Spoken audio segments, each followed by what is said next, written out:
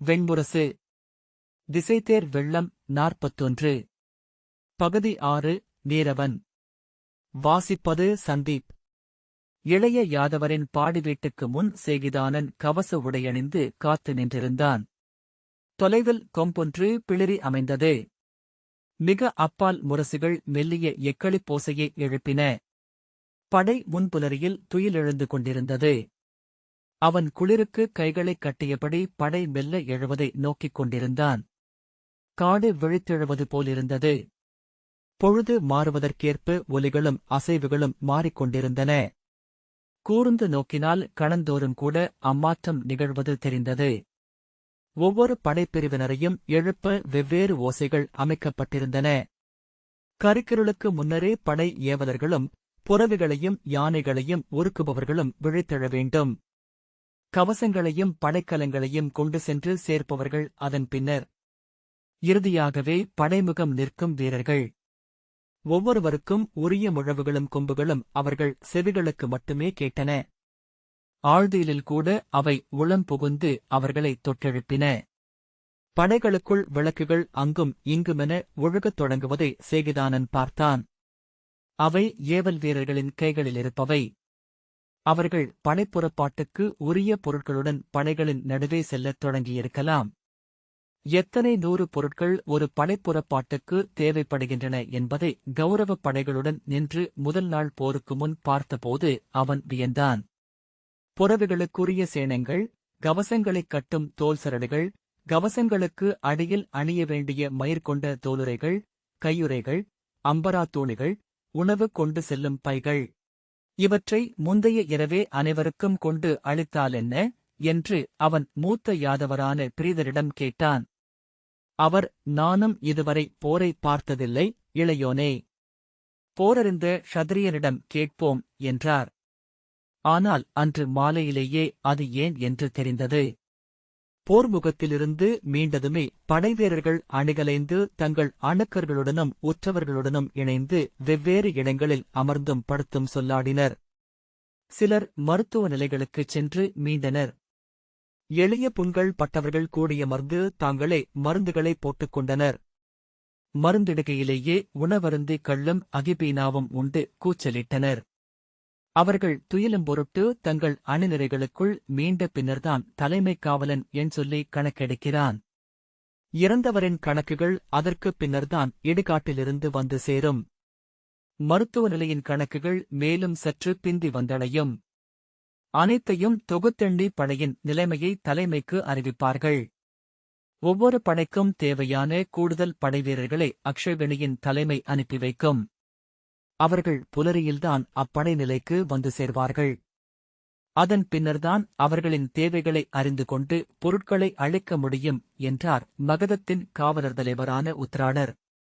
சேகிதானன் இளைய யாதவரின் பாடி வீட்டின் கதவுகளை நோக்கினான்.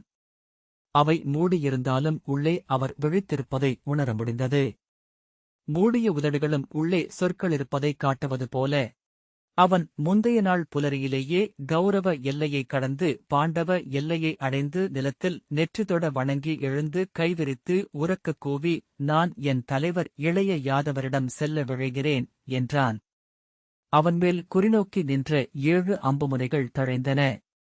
தனியாக நடந்து வருக, ஒவ்வொரு அடிக்கும் நின்று வருக என்று காவலர் தலைவன் சொன்னான்.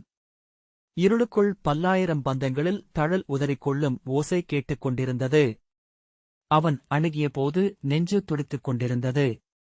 எக்கணமும் மெல்லிய ஐயத்திலும் எவரேனும் ஒருவர் அவன் தலையை சீவி எறிந்துவிட முடியும். ஆனால் கண்கள் சூழத் துழாவி வந்தபோது ஒரு கணத்தில் அங்கிருந்த விழிகளில் ஒன்று இளைய யாதவருடையது என உணர்ந்து அவன் திகைத்தான். மீண்டும் நோக்கியபோது அது உளமயக்கு எனத் தெளிந்தது. ஆனால் அந்த நோக்குணர்வு இருந்து கொண்டே இருந்தது. அவன் உள்ளத்துடிப்பு மெல்ல அமைதியடைந்தது. அவனை நேராக சாத்யகியிடம் கொண்டு சென்றார்கள். சாத்யகி அவனை உடனே அடையாளம் கண்டுகொண்டு ஓம் என்றான். அவன், நான் கிளம்பி வந்துவிட்டேன் என்றான். ஏன் என்று சாத்யகி கேட்டான். என் குடிக்கு கட்டுப்பட்டவன் என என்னை எண்ணிக் கொண்டிருந்தேன். எல்லா கன்றுகளும் தங்களை மந்தை என்றே எண்ணுகின்றன. ஆனால் இந்தப் போரில் நான் குலமோ குடியோ அல்ல, முற்றிலும் தனித்தவன் என உணர்ந்தேன். என் சாவு அணுகிக் கொண்டிருக்கிறது. என் பிறவிக் கடமையென ஆற்ற வேண்டியதைத் தவிர்த்து வாழ்ந்தால் மீளா இருளுலகுக்கே செல்வேன். சாத்யகியின் முகத்தில் நம்பிக்கை வரவில்லை. ஆனால் எழுந்து கொண்டு, வருக என அவனை அழைத்துச் சென்றான்.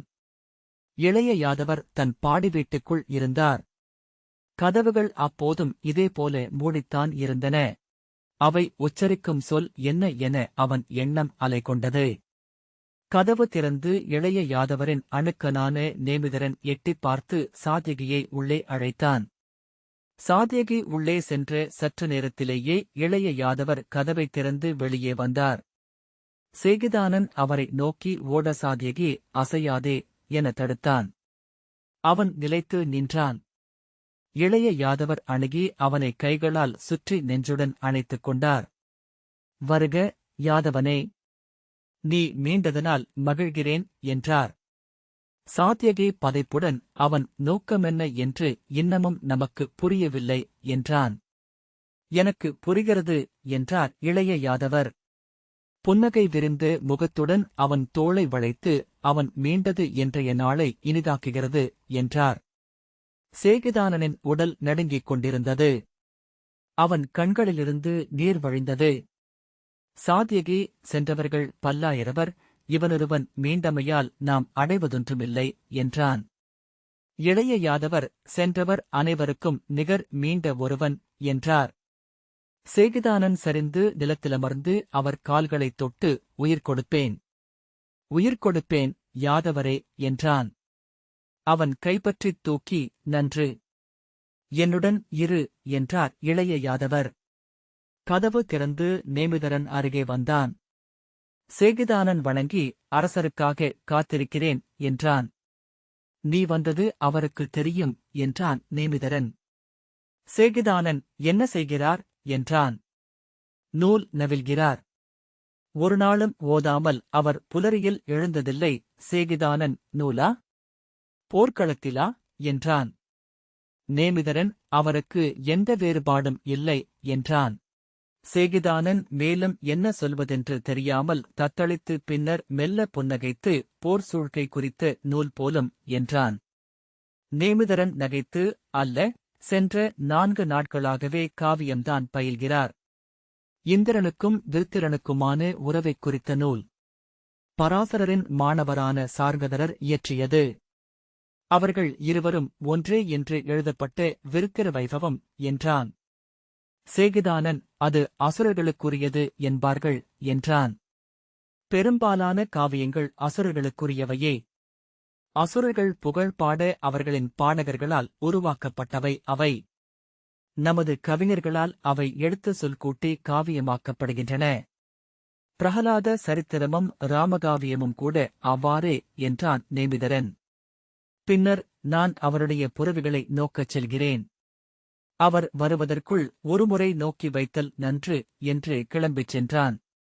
சேகிதானன் அவன் சொன்னவற்றை உள்ளத்தில் ஓட்டியபடி சற்று நேரம் நின்றிருந்தான். பின்னர் சொல்சலித்து மீண்டும் சூழ்ந்திருந்த படைகளை நோக்கினான். படைகள் முற்றெழுந்து பெருமுழக்கமாக மாறி இருளை நிறைத்து நிழல் கொப்பளித்தன. அவன் முந்தைய நாள் இரவு கண்ட மருத்துவ நிலையை எண்ணிக்கொண்டான்.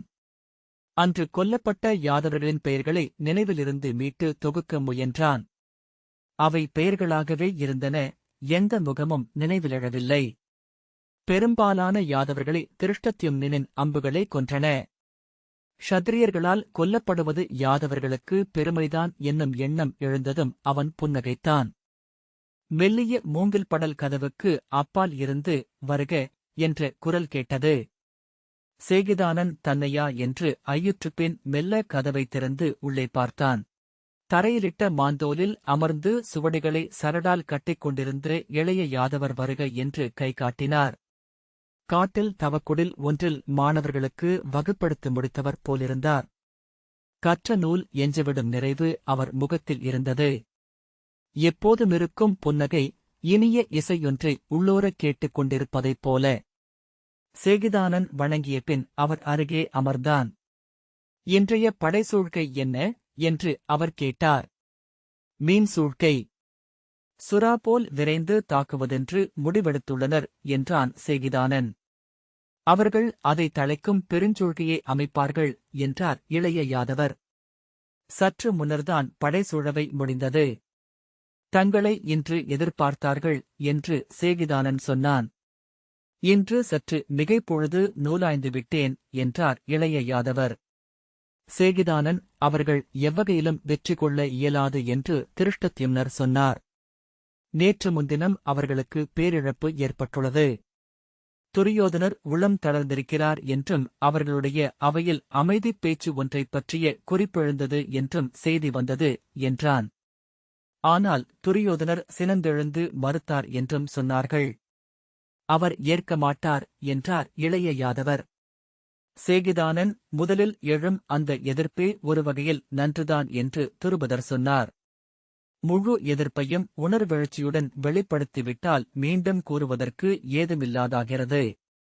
அதன் பின்னரும் அந்த அவையில் இருப்பவர்கள் எவரேனும் அமைதிப் பேச்சை மீள மீள வலியுறுத்துவார்கள் என்றால் சொல்வதற்கு ஏதுமில்லை என்பதனாலேயே அவர் அதற்காக செவி கொடுத்தாக வேண்டும். ஒரு கருத்துக்கு நாம் செவி கொடுப்போம் என்றாலே அது நம்மை மாற்றத் தொடங்கிவிடும் என்றார் பாஞ்சாலத்து அரசர் என்றான். இளைய யாதவர் புன்னகைத்து, இனி அவருடைய உள்ளம் மாறுவதை நான் ஒப்ப முடியாது என்றார். சேகிதானன் திடுக்கிட்டு, ஓர் அமைதிப் பேச்சு என்றால் என தொடங்க தாழ்ந்த கூர்குரலில், இனி அமைதி இல்லை, முற்றழிவு மட்டுமே என்றார் இளைய யாதவர். சேகிதானன் தன் நெஞ்சின் படபடப்பை உணர்ந்தான். அவர்கள் இறங்கி வந்தால் வாதி நாட்டுக்கே ஒப்புக்கொள்வார்கள் என்றான். இளைய யாதவர் முழு நாட்டையும் அளிப்பார்கள் என்றாலும் இந்நிலத்திலிருந்து தன் உற்றாருடன் முழுமையாகவே விலகி பிற நிலம் ஒன்றுக்கு செல்வதாக அவர் ஒப்புக்கொண்டாலும் கூட போர் ஒரு கணமும் பின்னடைய நான் ஒப்பமாட்டேன். அவர்கள் இங்கே களத்திலிருந்து தப்பி ஓடினால் அவர்கள் செல்லுமிடமெங்கும் துரத்திச் செல்லச் சொல்வேன். பாரதவர்ஷத்தை விட்டு அயல் நிலங்களில் அவர்கள் குடியேறினால் அங்கும் படை கொண்டு அவர்களை அழிப்பேன். கௌரவக் குடியின் இறுதி துளி இந்நிலத்திலிருந்து முற்றாக அழிவது வரை இப்போர் முடியாது என்றார். சேகிதானன் மெல்லிய சீற்றம் ஒன்றை அடைந்தான். அதைக் கடந்து விழுதாழ்த்தி நிலம் நோக்கி தணிந்த குரலில், ஆனால் பாண்டவர்கள் அஞ்சிக் கொண்டிருக்கிறார்கள். கௌரவர்கள் களம்பட்ட போதே யுதிஷ்டிரர் ஆழத்தில் அஞ்சிவிட்டாரென்று எனக்குத் தோன்றியது. அவர் தன் உடன்பிறந்தாரோ மைந்தரோ இறக்கக்கூடும் என்று இப்போது அஞ்சிக் கொண்டிருக்கிறார் என்றான். அது நிகழக்கூடியதும் கூட.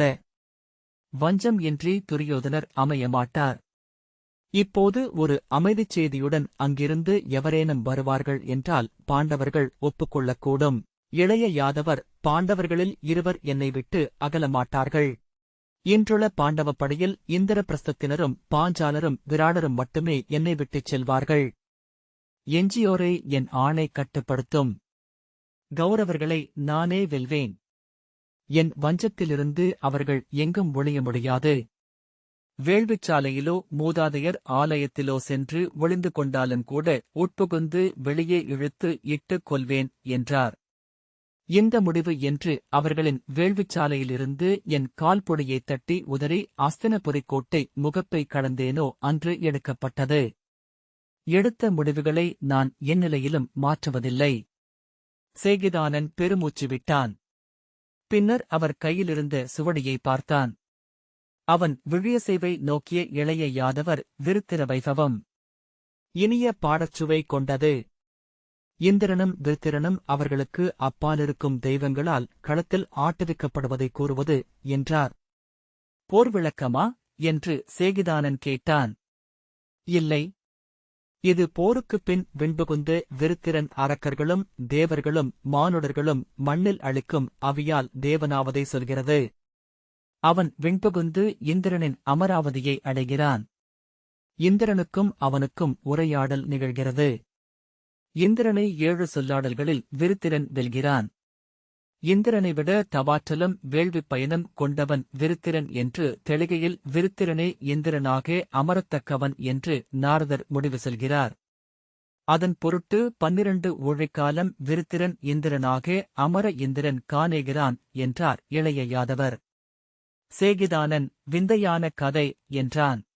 வெல்பவர்களும் வீழ்பவர்களும் ஒன்றின் இரு பக்கங்களே எனும் மெய்மை இதில் சொல்லப்பட்டுள்ளது என்றார் இளைய யாதவர்.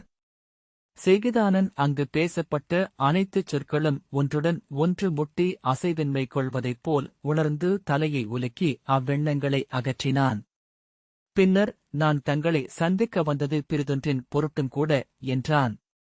மூத்தவர் சாத்யகி என்று படைமுகம் காண வேண்டியதில்லை. பிறிதவரும் அவ்வாணையை அவரிடம் விடுக்க இயலாது. நேற்று அந்தியில் அவரை படைமுகப்பிலிருந்து கொண்டு செல்கையில் மெய்யாகவே எனக்குப் பின் தேர்தட்டில் ஒரு தழல் நின்றாடுவதாக உணர்ந்தேன். ஆம், அவன் துயர் கொண்டிருக்கிறான் என இளைய யாதவர் எளிதாகச் சொல்லி தன் மேலாடையை எடுத்து தோளிலிட்டார். சேகிதானன் குரல் கரைய எரிந்து கொண்டிருக்கிறார். மூதாதையே, நேற்று இரவு முழுக்க அணுவென தழல் விட்டிருப்பார். அவர் இரவெல்லாம் தனக்குள் பேசிக்கொண்டு பாடி வீட்டை சுற்றி வருவதை நோக்கிக் கொண்டு அப்பால் நான் காவல் நின்றிருந்தேன்.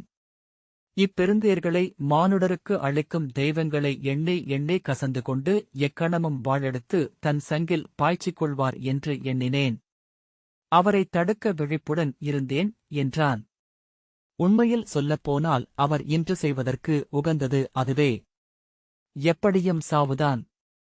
இந்த களத்திலிருந்து அவர் உயிருடன் மீண்டு சென்று எங்கு மகிழ்ந்தமைய முடியும்? ஒரு கைப்பிடி நறுநீரோ ஒரு கேற்று குளிர்தென்றலோ ஒரு மலரோ ஒரு கனியின் இனிமையோ அவருக்கு துளி மகிழ்வையேனும் ஊட்டுமா? சற்று மகிழ்ந்திருந்தாலும் உள்ளிலிருந்து எழுந்த பெருதொன்று பிடரியில் ஓங்கி அரைந்து வீழ்த்திவிடும். இனி சாவொன்றே அவருக்கு புகழ். பிறிதொன்றும் இங்கே அவருக்கு எஞ்சியிருக்கவில்லை. அச்சாவு வரும் வரை எதன் பொருட்டு இப்புவியில் இப்பெருவலியை ஏற்றுத் துடித்தபடி வாழ வேண்டும்? நேற்று அவர் பீஷ்ம பிதாமகரையும் பகதத்தரையும் பூருசிரவசையும் ஜெயத்ரதரையும் நோக்கி நெஞ்சு திறந்து பாய்ந்தார். கொல்க கொல்க என்று அறை கூவினார். அவர்கள் ஒவ்வொருவரும் அவரை ஒழிந்தனர் என்றான் சேகிதானன். யாதவர் ஊழ் எஞ்சியிருக்கிறது போலும் என்றார். அந்த எளிய கூற்றும் உடனிருந்த மாறா புன்னகையும் சேகிதானனை உளமெறியச் செய்தன. ஊழல்ல, பீஷ்மர் அவரை கொன்றிருப்பார். கவசங்கள் அனைத்தையும் உடைத்தெறிந்தார். பெரியம்பொன்றை எடுத்து அவர் மேல் தொடுக்க முனைந்த கணம் நான் இதோ அனைத்தும் முடிந்துவிட்டதென்று ஆறுதல்தான் கொண்டேன். ஆனால் தேர்க்கால் தடுக்கியது போல் அவர் சற்று பின்னடைந்தார். வில் தாழ்ந்தது. மீண்டும் வில்லை தூக்க அவர் முயல்வது போலவும் அவர் கை எழவில்லை என்றும் எனக்குத் தோன்றியது. அக்கணம் மழை பொழியலாயிற்று. அனைவரும் குளிர்ந்தமைய அவர்களுக்குள் இருந்த அனல் அணைந்தது. போர் நிலைத்து படைவீரர்கள் தாங்களாகவே திரும்பிவிட்டனர். இருளாகிவிட்டதனால் அந்தி முழவுகள் ஒலிக்கலாயின என்றான். இளைய யாதவர் தலையசைத்தார். என்ன நிகழ்ந்தது என எண்ணிப் பார்த்தேன். என் உளம் சென்று தொடவில்லை. திருஷ்டத்யும்னர் இன்று அவையில் சொன்னார். பகல் முடியும் வேளை. முதியவர் நெடும்பொழுது வெறிகொண்டு போரிட்டிருக்கிறார். நமது படைகளில் பெரும்பகுதியே நேற்றும் கொன்றே அழித்திருக்கிறார். ஆகவே கைசோர்ந்திருப்பார் என்றான் சேகிதானன். ஆம், இருக்கலாம் என்று இளைய யாதவர் சொன்னார். ஆனால் சோர்வும் சலிப்பும் கொள்ளாதவர் அவர் என்கிறார்கள். அவர் 8 வசுக்கள் வாழும் உடல் என்றான் சேகிதானன். இளைய யாதவர் ஒன்றும் சொல்லாமலிருக்க அவன் தொடர்ந்தான். பீஷ்மர் மூத்தவர் மேல் கனிவு கொண்டாரா? அது அவர் இயல்பல்ல. அவர் இக்களத்தில் எவருக்கும் எவ்வகையிலும் உளம் கனியவில்லை. இளைய யாதவர் அனலின் இயல்பு அது என்றார். அது தன் செல்நெறியைத் தானே வகுத்துக் கொள்கிறது. எண்ணியிராத தருணங்களில் இயலாத இடங்களிலும் பற்றி எழுந்து தன்னை பெருக்குகிறது. மூழ்க மூழ்க என நாம் வெறிகொள்கையில் நெய்யும் அரக்கும் விறகும் அள்ளி அள்ளிக் குவிக்கையில் பசி எழுந்து விலகிச் செல்கிறது. அனல் தன் எண்ணமென்ன என்று தானே அறியும். அவர் சொல்வதென்ன என்று சேகிதானன் புரிந்து கொள்ளவில்லை. சில கணங்கள் அவரை கூர்ந்து நோக்கிய பின் நேற்றிரவெல்லாம் நான் மூத்தவரை நோக்கிக் கொண்டிருந்தேன். சில தருணங்களில் அவராகவும் ஆகி அத்துயரிலாடினேன். அவர் நெஞ்சில் அரைந்து கதறியிருந்தால், சொல்லிச் சொல்லி புலம்பியிருந்தால், எவ்வகையிலேனும் உளம் ஆறுவார் என்று எண்ணி நிறைவு கொண்டிருப்பேன். ஏனெனில் அவை நாம் அறிந்து உளச் செயல்கள். அவை அறிந்த முடிவை சென்றடையுமென்று எண்ணலாம். அவரோ பித்தர் போலிருந்தார். மருத்துவ ஏவலரிடம் அவருக்கு அகிபீனா கொடுக்கும்படி சொன்னேன். ஏற்கனவே 4 உருளைகள் உண்டுவிட்டார் என்றார் ஏவலர். உள்ளத்தில் அனல் எழுந்துவிட்டால் அகிபீனா புகையாகி மறைந்து விடுகிறது என்றார். அது நீரில் கரைவது, நெருப்பால் அழிக்கப்படுகிறது என்றார். என்ன செய்வது என்று நான் கேட்டேன். ஒன்றும் செய்வதற்கில்லை. அனல் தன் இரை எரிந்து முடிந்ததும் தானும் அணைவது. அவருடைய உளவிசை அழிவது வரை காத்திருப்போம். எவரேனும் உடனிருங்கள் என்றான் சேகிதானன். இளைய யாதவர், நன்று. நீர் கிளம்பும்போது அவன் துயின்று கொண்டிருந்தானா என்றார். இல்லை, புலருக்கு முன்னரே கவசங்களும் படைக்கலங்களும் அணிந்து போருக்கெழுந்து விட்டார். படைசூழ்கையை வகுக்கும் அரங்குக்கும் வந்திருந்தார். அவையில் ஒரு சொல்லும் பேசாமல் நிமிர்ந்த தலையுடன் அமர்ந்திருந்தார் என்றான் சேகிதானன். இன்று அவையில் யுதிஷ்டிரர் பிறிதெப்போதையும் விட உளம் தளர்ந்திருந்தார். நேற்று கௌரவர்களின் சொல்லவையில் துரியோதனர் கதறி அழுதார் என்று எவரோ அவரிடம் சொல்லியிருக்கிறார்கள். படைசூழ்கையை திருஷ்டத்யும்னர் விளக்கி முடித்ததும் வேறு வினா எழுவதற்குள் அரசர் அதைத்தான் கேட்டார். அவ்வினாவின் பொருத்தமின்மையை உணர்ந்த அவை ஒன்றும் சொல்லாமல் இருந்தது. மெய்யாகவா? கதறி அழுதானா என்று மீண்டும் யுதிஷ்டிரர் கேட்டார். பீமசேனர் உரத்த குரலில், ஆம், கதறி அழவைக்கவே நான் அவன் உடன்பிறந்தாரைக் கொன்றேன் என்றார். அவர் நம் உடன்பிறந்தார், மந்தா என்றார் யுதிஷ்டிரர். பீமசேனர் கைவீசி அதை விலக்கி, நாம் நேற்றும் அவர்களைக் கொன்றோம். இன்றும் அவர்களைக் கொல்வோம். நாளையும் ஒவ்வொரு நாளும் அவர்களைக் கொல்வோம். மூத்தவரே, தாங்கள் அறியாததல்ல, 100 வரையும் என் கைகளால் கொல்வேன் என்று நான் சூளுரைத்திருக்கிறேன். எனது சொற்களிலிருந்து என் நிலையிலும் நான் வழுவப் போவதில்லை என்றார். யுதிஷ்டிரர் துயருடன் குந்தி போஜரையும் துருபதரையும் நோக்கி, என்ன செய்வது மூத்தவர்களே? இது எங்கு சென்று முடியும் என்றார். பீமசேனர் உரக்க நகைத்து, எங்கு சென்று முடியும் என்பது இப்போது தெளிவடைந்துள்ளது. அவர்கள் முற்றழிவார்கள், நாமும் மீளாப் பேரிழப்புகளை அடைவோம் என்றார். இளையோனே, இழப்பு என்றால் படையிழப்பும் பொருளிழப்பும் மட்டுமல்ல என்றார் யுதிஷ்டிரர். மைந்தர்களும் உடன்பிறப்புகளும் உற்றாரும் கூடத்தான். போரென்பது அதுதான் என்றார் பீமசேனர். யுதிஷ்டிரர் தளர்ந்து தலையை கையால் தாங்கி அமர்ந்திருந்தார். அவையில் அமைதி நிலவியது. பின்னர் குந்திபோஜர், யாதவர் தரப்பிலிருந்து ஒரு செய்தி வந்துள்ளது. ஒருவேளை அவர்கள் நம்மிடம் ஓர் அமைதிப் பேச்சுக்கு வரக்கூடும் என்றார். அவை அமைதியாக இருந்தது. அவர் சூழ நோக்கிவிட்டு, அவ்வண்ணம் வருவார்களெனில் நாம் ஒரு பேச்சுக்கு அமர்வதொன்றும் இத்தருணத்தில் பிழையல்ல, அது எவ்வகையிலும் அரசருக்கு பெருமை சேர்ப்பதே. தன் படையழவையும் எதிரியின் படையழவையும் எண்ணி அமைதிக்கிழும் அரசன் அறத்தோன் என்றே கருதப்படுவான் என்றார். யுதிஷ்டிரர் அதை ஏற்கும் முகக்குறி காட்டினார். ஆனால் அவையில் எவரும் எச்சொல்லும் எடுக்கவில்லை. பீமசேனர், நீங்கள் அமைதிப் பேச்சை நிகழ்த்துங்கள். அது என்னை கட்டுப்படுத்தாது. இனி என் வஞ்சனமே என்னை ஆளும். நான் காட்டாளன், இக்குடியில் எனக்கிருக்கும் அனைத்து உரிமைகளையும் கைவிடுகிறேன். ஷத்ரியன் அல்லவென்றும் வேதத்துக்கு கட்டுப்பட்டவன் அல்ல என்றும் அறிவிக்கிறேன். சென்று 100 வரையும் தனியாக எதிர்கொண்டு கொள்கிறேன், அன்றி சாகிறேன். உயிர் துறந்தாலும் பிறந்தெழுவேன், என் வஞ்சம் என்றுமிருக்கும் என்றார். மந்தா என்று யுதிஷ்டிரர் அழைக்க பீமசேனர் அவையிலிருந்து வெளியே சென்றார். நான் ஓர் அமைதிப் பேச்சு நிகழக்கூடும் என்ற எண்ணத்தை அவ்வாறுதான் அடைந்தேன் என்றான் சேகிதானன். இளைய யாதவர், ஆம், நானும் அவ்வாறே எண்ணினேன் என்றார். சேகிதானன், தாங்கள் இன்றைய அவை சூழ்கைக்கு வராதது அதனால்தானா என்றான். இளைய யாதவர் புன்னகைத்தார். பின்னர் எழுந்து, செல்வோம் என்று குடிலிலிருந்து வெளியே சென்றார். பேச வந்தவை அனைத்தும் முறிந்து நிற்பது போல் உணர சேகிதானன் பின்னால் வந்து, இன்று மூத்தவர் சாத்யகி போருக்கெழுவார் என்றால் அது நன்றல்ல, அகிபீனா உண்ணப்பட்டால் துயில் கொண்டே ஆக வேண்டும். இல்லையேல் அது உடலை நிலையழையச் செய்யும். அவர் இன்றைய போரில் வெற்றுடலாக சென்று நின்றிருக்கக்கூடும். நாங்கள் எவர் சொன்னாலும் கேட்க மாட்டார். தாங்கள் ஆணையிட வேண்டும் என்றான். சற்று முன்னர் அவனுக்கு இனி எஞ்சியிருப்பது சாவே என்றாய், என்றார் இளைய யாதவர். ஆம், ஆனால் என்று சேகுதானன் சொல்ல அவர் மறித்து அது களத்தில் நிகழுமென்றால் அதுவே அவனுக்கு பெருமை என்றார். தன் எஞ்சிய சினத்தை அவன் களத்தில் காட்டட்டும். அறிக, இங்குள்ள எவரையும் களம் செல்ல வேண்டாம் என்றோ வஞ்சமொழிய வேண்டுமென்றோ நான் ஆணையிடமாட்டேன். இவர்களாக விரிந்து எழுந்து போரிடுபவன் நானே. அனைத்து வஞ்சங்களும் என்னுடையவை.